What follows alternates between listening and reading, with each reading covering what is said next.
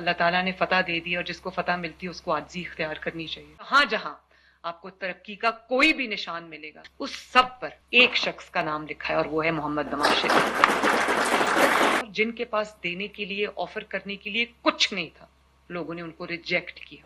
سڑکوں کا وعدہ وہ اس لیے نہیں کر سکتے تھے کہ 17 سال سے اپنی حکومت ہے, ایک سڑک ایسی نہیں ہے جس پہ سموتھلی گاڑی چل سکے, سڑکیں ٹوٹی ہوئی ہیں. میں نے پوچھا کہ آپ ہم گرین بسز کا تحفہ ہم آپ کے لیے لائے ہیں تو آپ جانتے ہو کہ گرین بسز کا کرایہ کیا ہے؟ تو ان کو کرایہ بھی پتا تھا کہ 20 روپے کا کرایہ. خوشی ہے اس بات کی کہ آزاد کشمیر کے عوام نے ایک بہترین فیصلہ کیا بہت مشکل حالات میں. سب کو میری طرف سے دل کی گہرائیوں سے بہت بہت مبارکباد.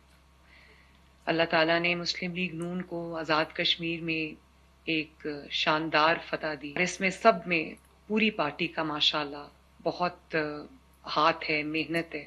امیر مقام صاحب, رانا ثناء اللہ صاحب, جتنا ان دونوں نے مائنیوٹلی اے جے کے میں کام کیا ہے اور جتنا کامیاب جلسے کیے ہیں, جتنے کامیاب حکمت عملی بنائی ہیں. اور ڈاکٹر طارق فضل چودھری ہیں, انہوں نے بہت محنت کی ہے. سعد رفیق صاحب نے جو آج یہاں موجود نہیں ہیں لیکن انہوں نے پنجاب کے جو سیٹس کے اوپر انہوں نے جو محنت کی ہے. انوشا رحمان صاحبہ یہاں بیٹھی ہیں, انہوں نے بیک اینڈ پہ جو پورا نظام جس کو بہت مائنیوٹلی انہوں نے دیکھا ہے. مرتضیٰ جاوید عباسی صاحب ہیں. جس طرح پنڈی میں مریم اورنگزیب صاحبہ نے کیمپین کی ہے. میں سمجھتی ہوں کہ یہ سب کا ایک, اور وہ جو ہمارے پارلیمنٹیرینز مسلم لیگ نون کے قائدین جنہوں نے بہت باریک بینی سے اس کام کو انجام دیا ہے اور حلقہ لیول تک جو کیمپینز کی ہیں, میں سب کو مبارکباد دینا چاہتی ہوں. اور خوشی ہے اس بات کی کہ آزاد کشمیر کے عوام نے ایک بہترین فیصلہ کیا بہت مشکل حالات میں. اپنی بہتری کا فیصلہ کیا, اپنی ترقی کا فیصلہ کیا. دنگا فساد, قتل و غارت, خون خرابہ, پروٹیسٹ, بند کرا دو دکانیں, ہڑتالیں کروا دو, اس کو آزاد کشمیر کے عوام نے ووٹ کی طاقت سے ایک بہت بڑی شکست دی ہے. جو ایلیمنٹس ہیں, جو شر پسند ایلیمنٹس ہیں, جو لڑانا چاہتے تھے پاکستان کو اور آزاد کشمیر کو, ان کے لیے ایک شکست فاش ہے. اور میں یہ کہنا چاہوں گی کہ جس طرح آزاد کشمیر میں مسلم لیگ نون کے جلسوں میں پاکستان زندہ باد کے نعرے لگے, پوری وادی میں وہ نعرے پھیلے. ایگزیکٹلی آزاد کشمیر کے عوام کو پتا تھا کہ ان کو کس چیز کی ضرورت ہے, پنجاب میں کیا کام ہو رہا ہے, فیڈرل میں کیا کام ہو رہا ہے. اور میں نے یہاں تک کہ میں نے پوچھا کہ ہم گرین بسز کا تحفہ ہم آپ کے لیے لائے ہیں تو آپ جانتے ہو کہ گرین بسز کا کرایہ کیا ہے؟ تو ان کو کرایہ بھی پتا تھا کہ 20 روپے کا کرایہ. تو میرا کہنے کا مقصد یہ ہے کہ اب ہم الیکشن اتنا بڑا ٹیسٹ نہیں تھا, اب ہمارا ٹیسٹ شروع ہوا ہے.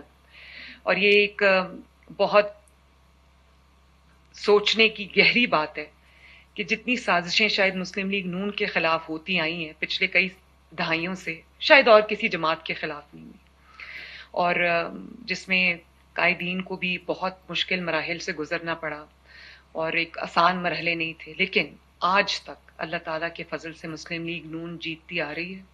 اپنی جو اس سے چھینی جاتی ہے ہر بار, وہ اس کی جو ایک ٹیریٹری ہے یا گلوری ہے, اس کو اللہ تعالیٰ کے فضل سے وہ بار بار ریکلیم کر رہی ہے.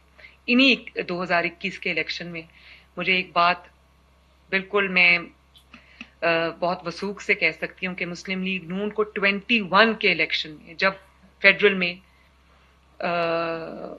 پی ٹی آئی کی حکومت تھی, مسلم لیگ نون کو 17 سیٹیں ملی اور اس کو 3 سیٹیں ملی, رزلٹ کو الٹا دیا. تو میں یہ سمجھتی ہوں کہ نہ صرف یہ کہ الحمدللہ مسلم لیگ نون نے اپنی وہ اکثریت واپس چھینی ہے, مسلم لیگ نون پر لوگوں نے وہاں اعتماد کا اظہار کیا. ہم سب پہ اب بہت بڑی ذمہ داری ہے, یہ کوئی چھوٹی ذمہ داری نہیں ہے.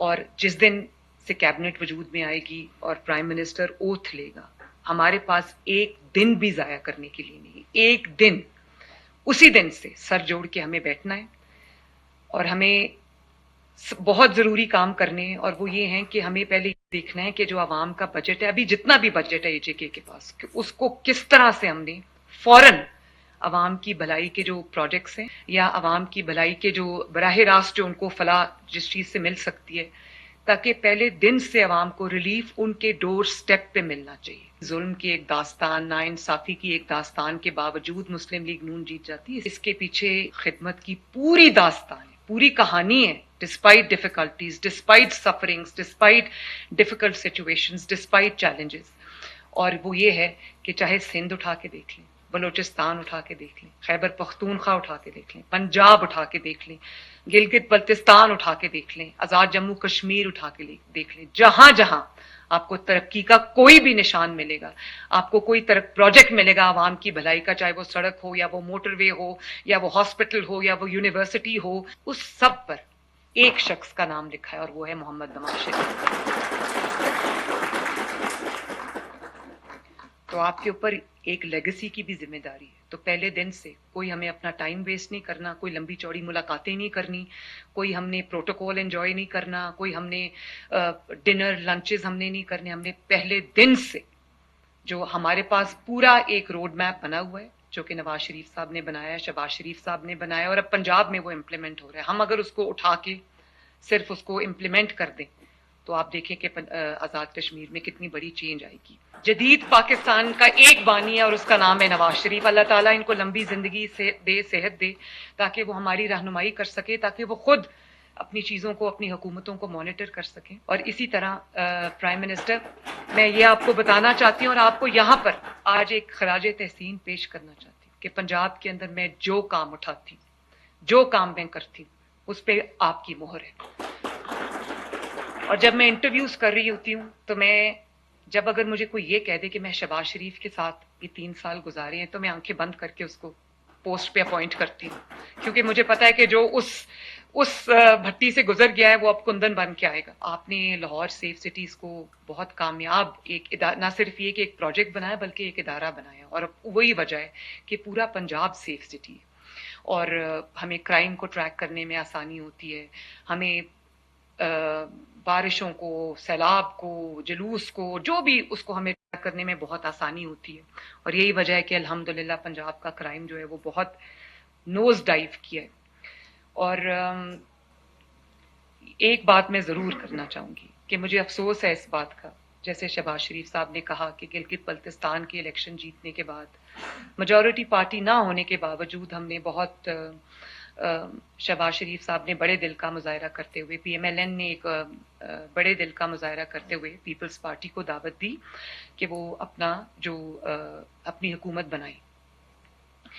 لیکن مجھے افسوس ہے اس بات کا کہ انہوں نے دھاندلی کے جھوٹے الزامات لگائے مسلم لیگ نون پر، اور جہاں تک وہ جیت گئے گلگت بلتستان پہ، وہاں دھاندلی کے الزامات نہیں لگے، جہاں پہ وہ ہارے وہاں پر دھاندلی کے الزامات لگے۔ لوگوں نے، مجھے لگتا ہے کہ آزاد کشمیر کے لوگوں نے بہت غور سے نہ صرف تقاریر سنی بلکہ منشور پہ غور کیا، اور جن کے پاس دینے کے لیے، آفر کرنے کے لیے کچھ نہیں تھا، لوگوں نے ان کو ریجیکٹ کیا۔ سڑکوں کا وعدہ وہ اس لیے نہیں کر سکتے تھے کہ 17 سال سے اپنی حکومت ہے، ایک سڑک ایسی نہیں ہے جس پہ سموتھلی گاڑی چل سکے، سڑکیں ٹوٹی ہوئی ہیں۔ وہاں سے روز ہم ویڈیوز دیکھتے ہیں کہ لوگ پنجاب آتے ہیں تو تعریف کرتے ہیں۔ بسز کا وعدہ وہ اس لیے نہیں کر سکتے تھے ادھر اے جے کے میں، کیونکہ اگر اپنے پاس بسز ہیں نہیں، لوگوں کو نہیں دی ہوئی ہیں، اور اگر ہیں بھی تو ٹوٹی پھوٹی بسز ہیں۔ صفائی کے نظام کا وعدہ وہ اس لیے، اب ستھرا پنجاب اتنا پاپولر تھا اے جے کے اندر، اور اب ہمیں ستھرا اے جے کے بھی انہی لائنز پہ ہمیں بنانا ہے۔